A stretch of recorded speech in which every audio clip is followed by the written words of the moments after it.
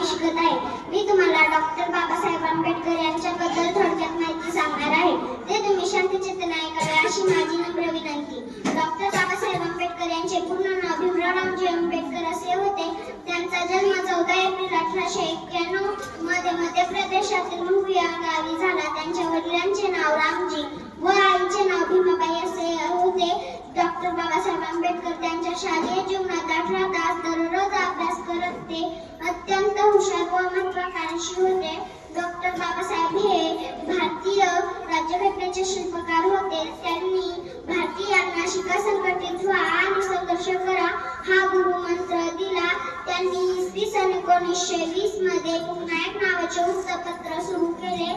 त्यांनी इसवी सन 1990 मध्ये मरणोत्तर भारतरत्न हा सर्वोच्च नागरी पुरस्कार त्यांना प्रदान केला. त्यांनी अखेरचा श्वास 6 डिसेंबर